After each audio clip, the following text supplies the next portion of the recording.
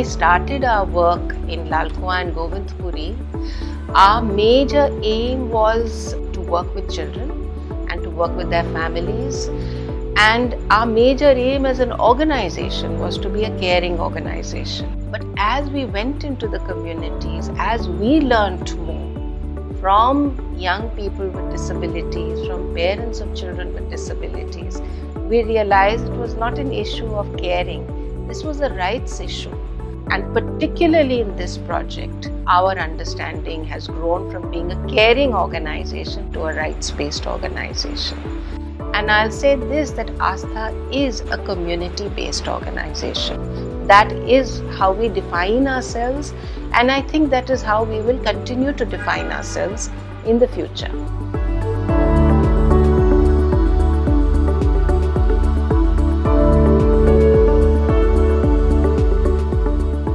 जो भी समुदाय से जहाँ जहाँ मुद्दे उठते थे, जैसे कि पानी का मुद्दा, भोजन के अधिकार का मुद्दा, जैसे जैसे ये मुद्दे उठने लगे परिवारों से ही, समुदाय से, वैसे वैसे हम इन मुद्दों पे जानकारी लाने लगे।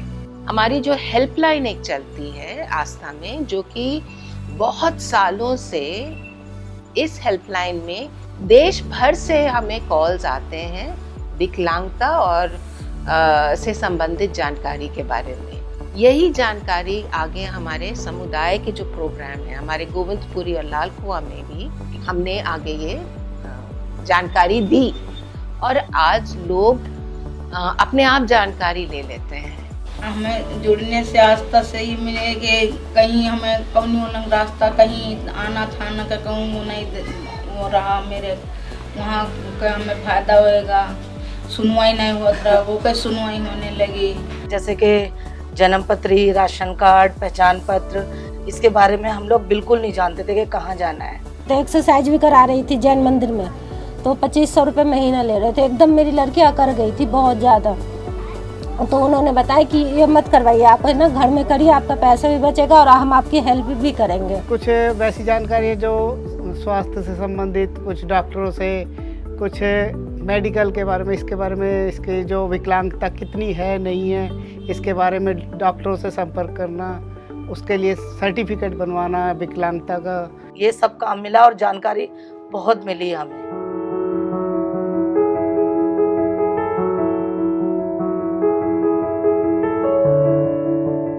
Each and every child has the right to go to school. A child with disability was not admitted into a school which was run for children with disability if the child was not toilet trained, or if it had only specific disabilities in a specific school. Rakesh came to us right in the beginning. He wouldn't get admission in school because unfortunately you had polio, and the school people would think that how can a child with polio go to school?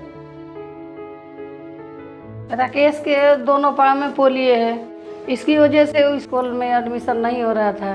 तो कोई बताया ना कि आस्था इधर है, उसमें चले जाओ। फिर मैडम बोली कि चलो हमारे साथ, तो वहाँ स्कूल में एडमिशन हो जाएगा। तो वहाँ गए हम लोग, तो सर नहीं ले रहे थे। फिर मैडम बोली नो, तो फिर सर ले लिए। बच्चा हमारा स्कूल में नाम लिखा गया, जाने लगा। सब सुविधा हमारा वहीं से मिला है, सब रास्ता वहीं से दिखी।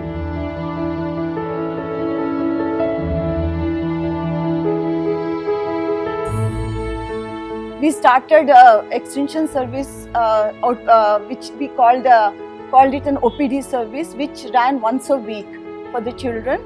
And again, I mean, it was more of a parent training program where the child would come once a week, and then we would work with the child and also work with the parents. The work involved providing them training in activities of daily living, and providing training in developing their motor skills.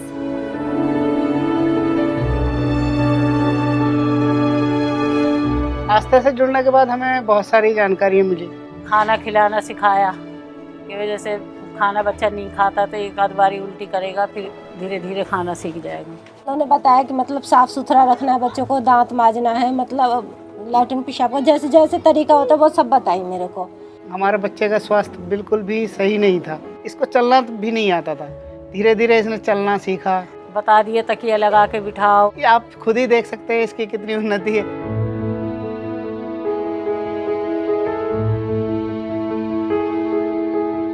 Aids and appliances are one of the most expensive things to buy, and when it's a small child, the child outgrows those aids very fast. I mean, very simple things like a standing frame.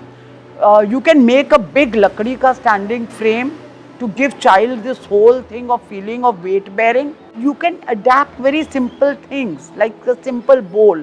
If the child is moving, take a patra and cut the patra and put the bowl into it. The bowl will stay in one place and not move.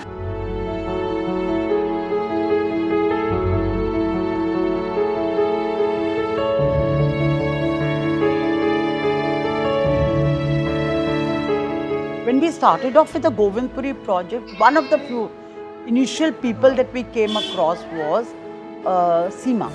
We were training Seema, and then Seema was working with her child, and then we asked her, okay, why don't you work for the organization, because we required people like, and I think for Astha we always believed that parents are the most important people, and if this organization is to run, it's to run by the parents. नमस्कार, मेरा नाम सीमा है और मैं आस्था से 15 साल से जुड़ी हूँ। मैं भी एक माँ हूँ और मेरा एक बच्चा था जो कि जिसको मल्टीपल डिसेबिलिटी था। आस्था से जुड़ने के बाद मुझे अपने बच्चे के बारे में बहुत सी जानकारी मिली। इसके बाद मैंने सोचा कि आस्था में जब मैंने देखा कि और बच्चे भी हैं तो मेरा मन भी हुआ कि मैं फिर इधर कहीं और जाने से अच्छा कि मैं भी यहाँ पर कुछ करूँ। तो फिर मैं आस्था में आई और आस्था में आने के बाद अलग अलग तरह की ट्रेनिंग ली और फिर कुछ समय बाद मैं आस्था में ही जॉब करने लगी।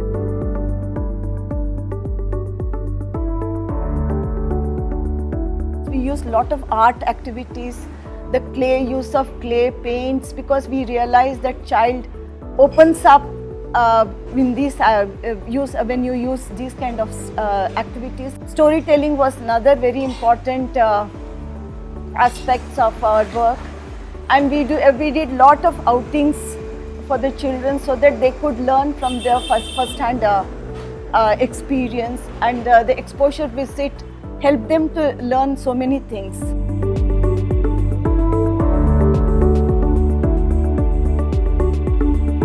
नमस्कार, मेरा नाम विनोद है और मैं आस्था के साथ पिछले 12 वर्षों से काम कर रहा हूँ। बस्तियों में काम करते हुए हम लोगों ने जो फोकस किया वो खास करके विकलांग बच्चे और व्यक्तियों के साथ काम किया और उनके साथ इंफॉर्मेशन शेयरिंग का काम हमारा मेजर रहा। इसके अलावा गोविंदपुरी के बस्ती में जहाँ हम लोगों ने महिला समूह के साथ काम किया, वहाँ पे छोटे बच्चों के लिए खास करके जो 0 से 6 वर्ष तक के बच्चे हैं उनके लिए कोई भी सरकारी ऐसे संसाधन नहीं थे जहाँ पे कि उन बच्चों को सुविधा मिल सके। तो महिला समूह के साथ मिल कर के एडवोकेसी किया गया और डिपार्टमेंट से आंगनबाड़ी खुलवाने की बात की गई, जहाँ महिलाओं ने पुरजोर कोशिश किया और वहाँ पे 27 आंगनबाड़ी आए, जिससे उस बस्ती में कुछ महिलाओं को इस आंगनबाड़ी में नौकरी भी मिली और आज 3-4 महिलाएं वहाँ काम कर रही हैं। हमसे आस्था वालों ने पूछा था कि आप क्या यहाँ पे चाहते हैं कि क्या हो यहाँ पे, तो हम लोगों ने मतलब खासकर मैंने ही ये बोला था विनोद सर से कि सर हमें एक यहाँ पे मतलब हर नेहरू कैंप में आंगनबाड़ी चाहिए, क्योंकि यहाँ पे बहुत लोग ऐसे हैं, गरीब परिवार हैं, कोठियों में काम करने जा रही हूँ, उनके बच्चे इधर उधर घूम रहे हैं, तो वो 2-3 घंटे हमारे पास यहाँ पे खुलेगी तो वो बैठेंगे। 1 मई से हमारी यहाँ पे टीचरें सर्वे के लिए आने लगी और 1 जून से हमारी यहाँ पे, और उसी से हमें मतलब हम 3-4 लोगों को यहाँ पे नौकरी भी मिली।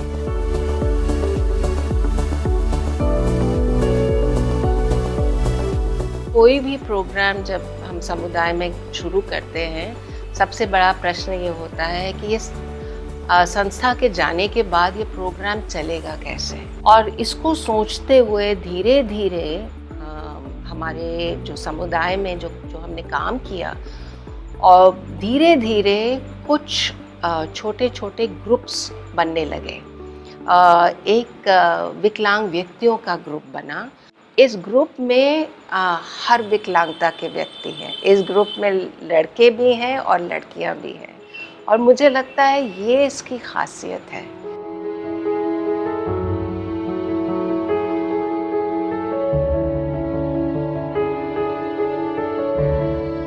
नमस्कार, मेरा नाम गौरव है। मेरा नाम विजय है। मेरा नाम फरजाना है। मेरा नाम गुड्डू पांडे है। मेरा नाम नोहर है। मैं बिचारा सदस्य हूँ। मैं विकलांग मंच से जुड़ा हुआ हूँ। मैं एकता मंच से जुड़ी हूँ। मैं विकलांग एकता मंच का साथी हूँ। सन 2008 में अक्टूबर में 3 लोगों का ग्रुप बना।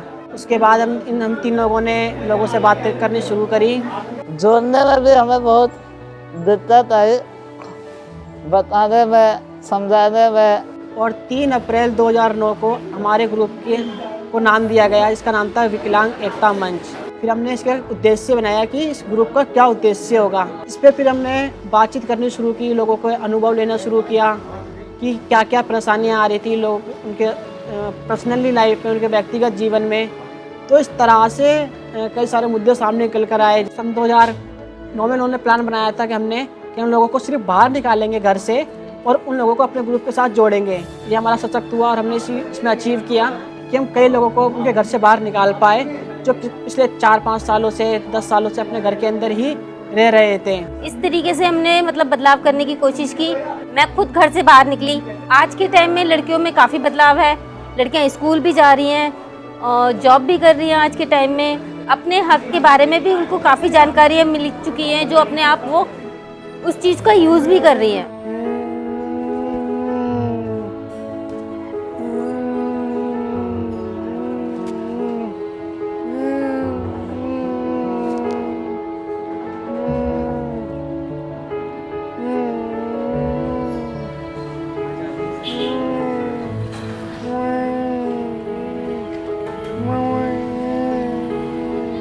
मैं बेचारे तो मैं जुड़ा था तो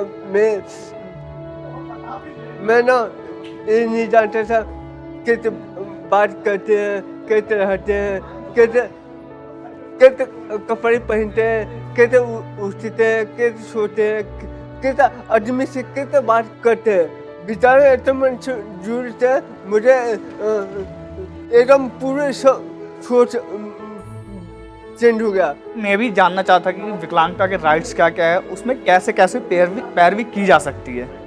ये सब सोच लेके मैं विकलांग एकता मंच से जुड़ा था। इनको अलग अलग जगहों पे ले जाया गया, दिल्ली से बाहर भी। एक्सपोजर वीट जो हमारे हुए थे, एक तो गुजरात में हुआ था। हम लोग ब्लाइंड स्कूल देख के आए थे कि वो कैसे एक साथ काम करते हैं। अहमदाबाद गया था मैं राइट टू फूड के कैंपेन के लिए, जहाँ हमने अपने इश्यूज़ को रखे थे कि डिसेबल्ड बंदों को राशन क्यों नहीं मिलता। कई सारी जगहों पे हमने विजिट किया और विजिट करने के बाद हमने वहाँ से अनुभव लिया कि ऐसे कई ग्रुप हैं जो दूसरे समुदाय के साथ काम कर रहे हैं और अपने अधिकारों के लिए लड़ रहे हैं। जब से वैम बना है, कई लोगों को रोजगार मिल चुका है, कई लोगों की अपनी व्यक्तिगत पहचान बनी है समुदाय के अंदर। तो हमारा इस वैम का यही उद्देश्य है कि लोगों को घर से बाहर निकाल के उनको जीवन में आगे बढ़ाना।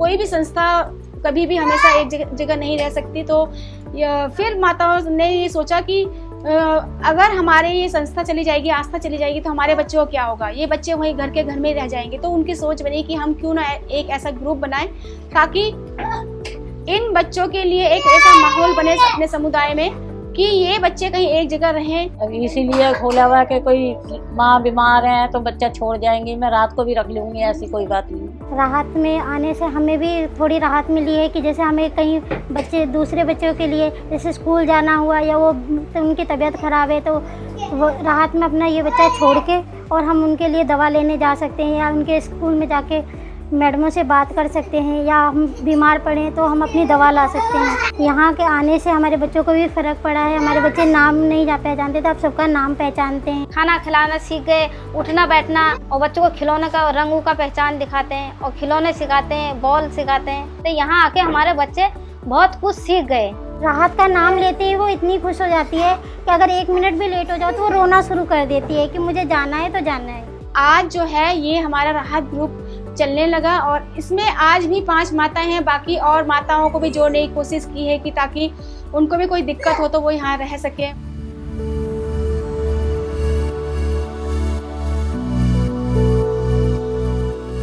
हम लोगों ने 2003 में आस्था के साथ जुड़े हैं हमने समुदाय के समस्याओं को लेकर काम करना शुरू कर दिया। राशन, पानी, शिक्षा और आंगनबाड़ी, जो भी समस्या हमारे सामने आती थी और जो सरकारी संस्थाएं, जो योजनाएं आती थी, उससे हमने बहनों को जोड़ा। काफ़ी उनको पेंशन, जिसका नहीं था पेंशन दिलाया, आर्थिक मदद उनको दिलवाई। और जैसे राशन कार्ड पे काफ़ी लोगों का राशन कार्ड वगैरह हम लोगों ने बनाया। पहले हमें कोई काम लगता था छोटा मोटा, थाने जाते थे, एप्लीकेशन भी देना हुआ किसी चीज़ के लिए तो अंदर नहीं जाने देते थे। चलो जी अभी साहब नहीं है, अभी आएंगे, आप ऐसे कैसे आ गए, औरतों को नहीं जाना है। लेकिन हमें संस्था के जरिए बहुत अच्छा, अब हम जाते हैं, आइए जी बैठिए जी, फिर हमें थोड़ी देर बाद सर के पास भी ले जाया जाता है, जिससे भी हमें मिलना होता है। सारा काम भी कायदे से होता है और हम पब्लिक का भी ले जाके करवाते हैं। एक दिन मैं राशन की दुकान पे राशन लेने के लिए गई। उस राशन वाले ने क्या करा, राशन कार्ड तो ले लिया हमारा, कहते हैं कि यहाँ राशन तो नहीं आया आपका, जाओ आप ऑफिस में जाओ। तो हमने कहा कि सर ठीक है, नहीं है कोई बात नहीं, हमें आप एक पेपर पे लिख के दे दो। तो वो पेपर पे लिखने के लिए कतराने लगा, कहने लगा कि नहीं मैं लिख के तो नहीं दूंगा, आप ना जाके पता करो वहाँ ऑफिस में। तो जब बहनों ने मिलकर जाके पहुंचे राशन कार्ड दफ्तर, तो उन्होंने कहा कि मैम आपका तो राशन आप पिछले 2-3 महीने से आ रहा है, आप कैसे कह रहे हो राशन नहीं मिल रहा। आप जाओ और ये नंबर बोल देना कि इस नंबर पे आप कॉल कर लें। अब जैसे ही हमने उसको दिखाया, उन्होंने तुरंत राशन कार्ड दे दिए।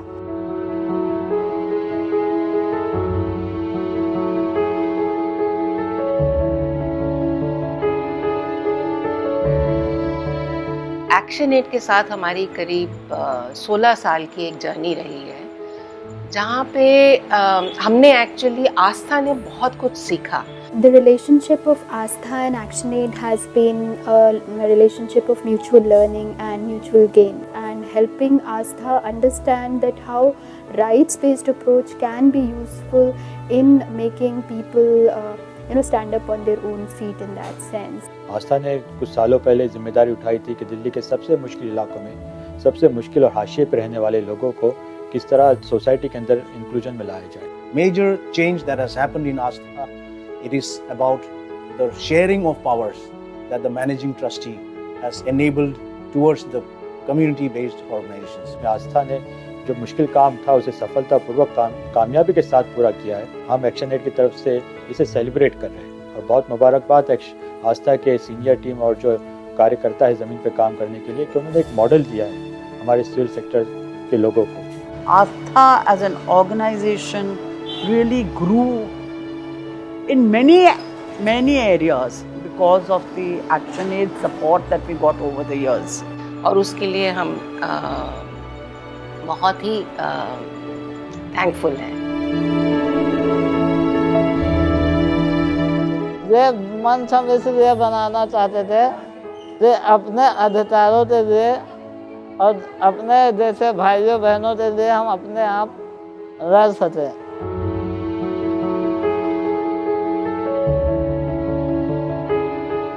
मेरी बेटी में हिम्मत सी है, हर चीज़ में उसको चेंज आया।